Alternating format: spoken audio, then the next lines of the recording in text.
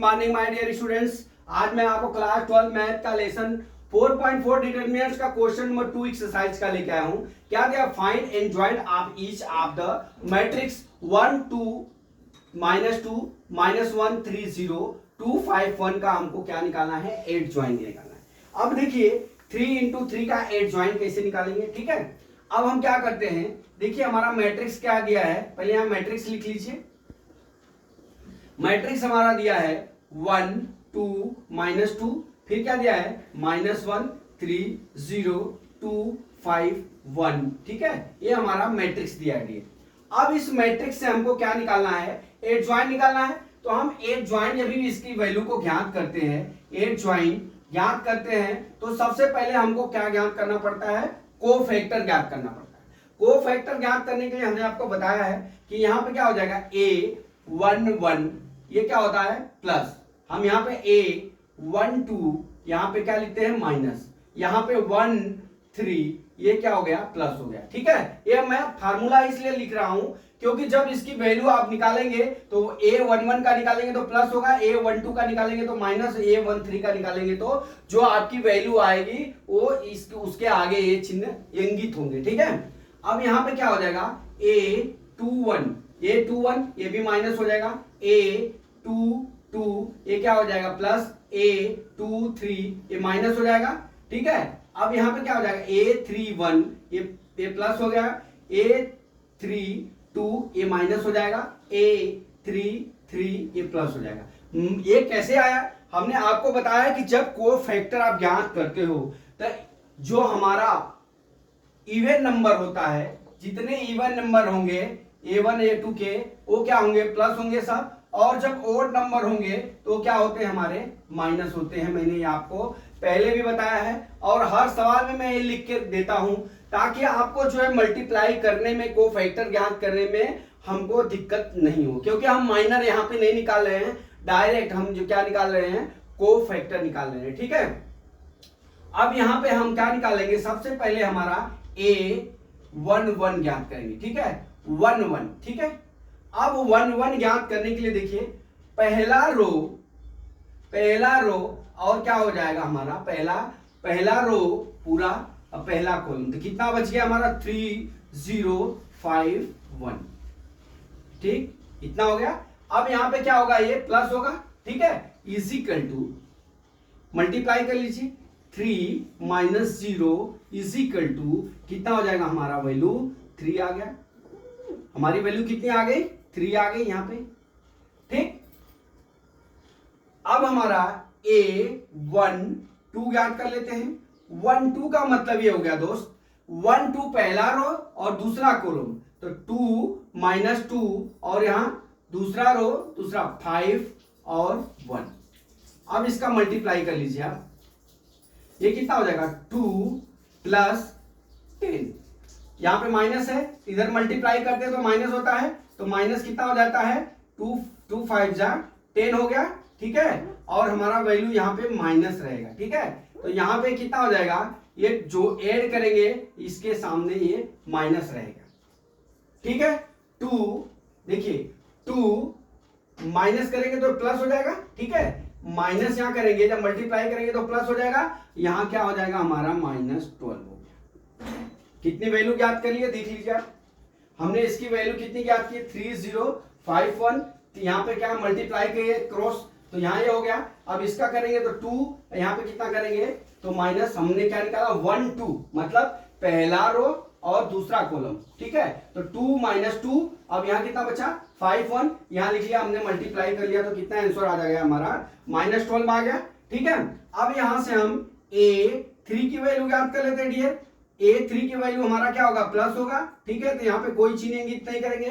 1 3 का मतलब पहला रो और तीसरा कॉलम हो गया, ठीक है, पहला रो तीसरा कॉलम, तो कितना बच गया 2 - 2 3 और 0, ठीक है, इजिकल टू, अब मल्टीप्लाई कर लीजिए आप, 0 में 2 का मल्टीप्लाई करेंगे तो 0 हो जाएगा, फिर इसका इस तरह से वैल्यू करेंगे तो +6 हो जाएगा। कैसे कि जब हम इस तरह का मल्टीप्लाई करते हैं तो माइनस होता है, -2 का 3 में मल्टीप्लाई करेंगे तो -6 आएगा, और हम माइनस लिखते हैं तो क्या हो जाता है प्लस हो जाता है, ठीक है। तो इसकी वैल्यू कितनी हो गई 6 हो गई, ठीक है। अब इसके आगे हम क्या ज्ञात करते हैं, देखिए मैं यहां पे लाइन मारता हूं, इसके आगे हम ज्ञात करते हैं 2 1, ठीक है। हमने देखिए वापस से बता रहा हूं 1 3 मतलब पहला रो तीसरा कॉलम, ठीक है, पहला रो तीसरा कॉलम, पहला रो तीसरा कॉलम, ठीक है। तो 2 -2 3 0, तो ये वैल्यू कितना आ गई हमारा +6 आ गया। कितना आ गया? +6 आ गया। अब हम ज्ञात करते हैं क्या, 2a 2 1 होगा, ठीक है, इसी कर। अब ये वैल्यू ज्ञात कर लिया हमने और ये वैल्यू ज्ञात करना है। अब ये वैल्यू ज्ञात करने के लिए आप देखिए 2 1, ठीक है, 2 1 डियर, तो 2 1 का मतलब ये हो गया, तो आपका दूसरा रो और पहला कॉलम, दूसरा रो पहला कॉलम, ठीक, दूसरा रो मतलब ये कट गया और ये कट गया, तो -1 0 और 2 1 बचा, -1 0 और 2 1 बचा।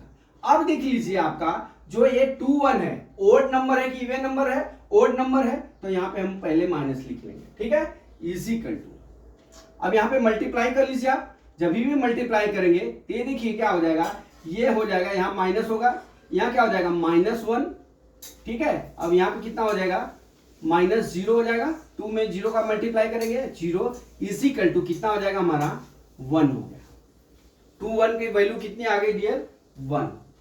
अब हम 2 2 की वैल्यू ज्ञात करेंगे। 2 2 वैल्यू मतलब कि दूसरा रो और दूसरा कॉलम, तो 1 -2 और 1 -2 2 और 5 हो जाएगा। कितना? 1 कितना हो जाएगा, a2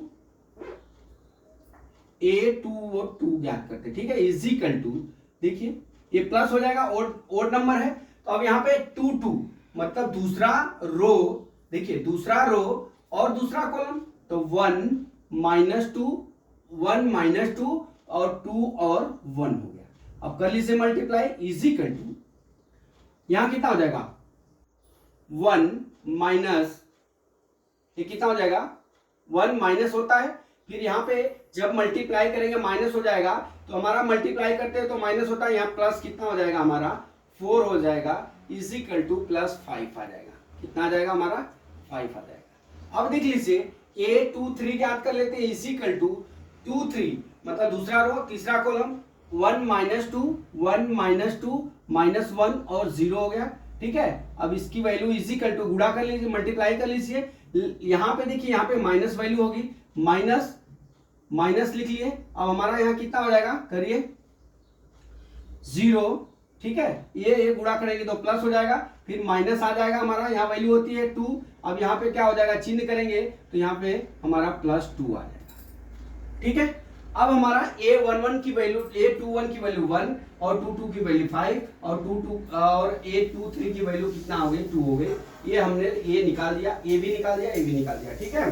अब हम चलते हैं क्या, अब हम ज्ञात करते हैं यहां से दोस्त a31, क्या ज्ञात करते हैं, a31 इक्वल टू, a31 मतलब तीसरा रो, देखिए तीसरा रो नीचे वाला और पहला कॉलम, तो कितना बचा, -1 और 3 2 और 5 हो गया।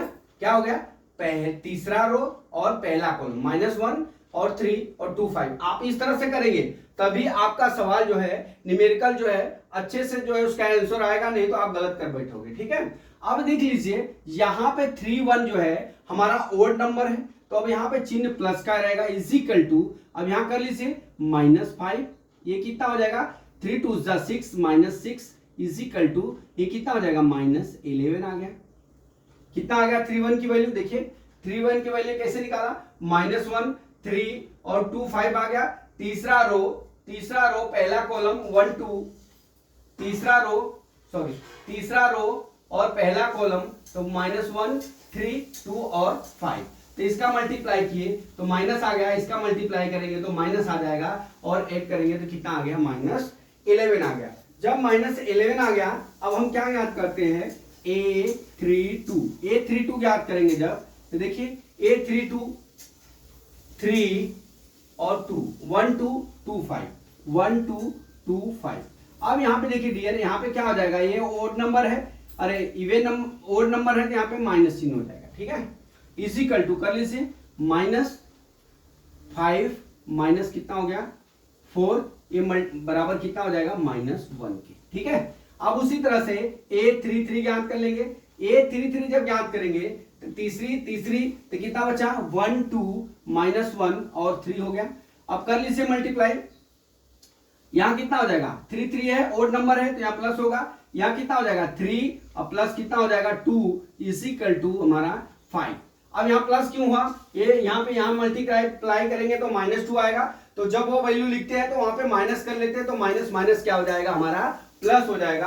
अब हम दोस्त क्या करते हैं, हमने हमारा एड ज्वाइंट क्या ज्ञात किया है, एड ज्वाइंट ज्ञात करने के लिए इस वैल्यू की हमको क्या करना पड़ेगा, एड ज्वाइंट इजिकल टू, अब यहाँ पे A11 A12 A13 A21 A22 A23 A31 A32 A33, इस वैल्यू को हम यहाँ पे जितनी वैल्यू हमने ज्ञात किया है यहाँ पे पुट कर देंगे, वही हमारा एड ज्वाइंट हो जाएगा। क्या हो जाएगा, एड ज्वाइंट। ठीक है, एड ज्वाइंट। अब रख लेते हैं, देखिए यहाँ कितना है 3 -12 और 6 रख लिया, यहाँ पे हमने ज्ञात किया हुआ है। यहाँ पे क्या है 1 5 2 1 5 और 2 है। अब यहाँ पे देख लीजिए -11 और -1 और हम क्या करेंगे 5, ये हमारी एड ज्वाइंट की वैल्यू हो गई। दोस्तों एक चीज बता दूं आपको कि जब भी आपको एड ज्वाइंट ज्ञात करना होगा तो आपको कोफैक्टर ज्ञात करना होगा। जब कोफैक्टर आप ज्ञात करोगे तो उसमें आपको एक चीज का ध्यान रखना है कि हमारा जो A1 A2 A3 लिखते हैं वो हमारा ओड नंबर है कि इवन नंबर है। ओड नंबर है तो माइनस करेंगे और इवन नंबर है तो उसकी वैल्यू को प्लस करेंगे। ठीक है, मल्टीप्लाई और प्लस करने के बाद हम इस वैल्यू को इस तरह से जैसे हमने निकाला है, इस तरह से आपको निकाल के फिर एड ज्वाइंट का ये फार्मूला लिख के आपको एड ज्वाइंट ए ज्ञात कर लेना पड़ेगा। तो माय डियर स्टूडेंट्स, मैं ये समझता हूं कि आपको 3 into 3 का एड ज्वाइंट ज्ञात करना सीख गए होंगे। अगला वीडियो कल फिर लेके आता हूं। जय मां सरस्वती, जय भारत माता, जय जवान, जय किसान।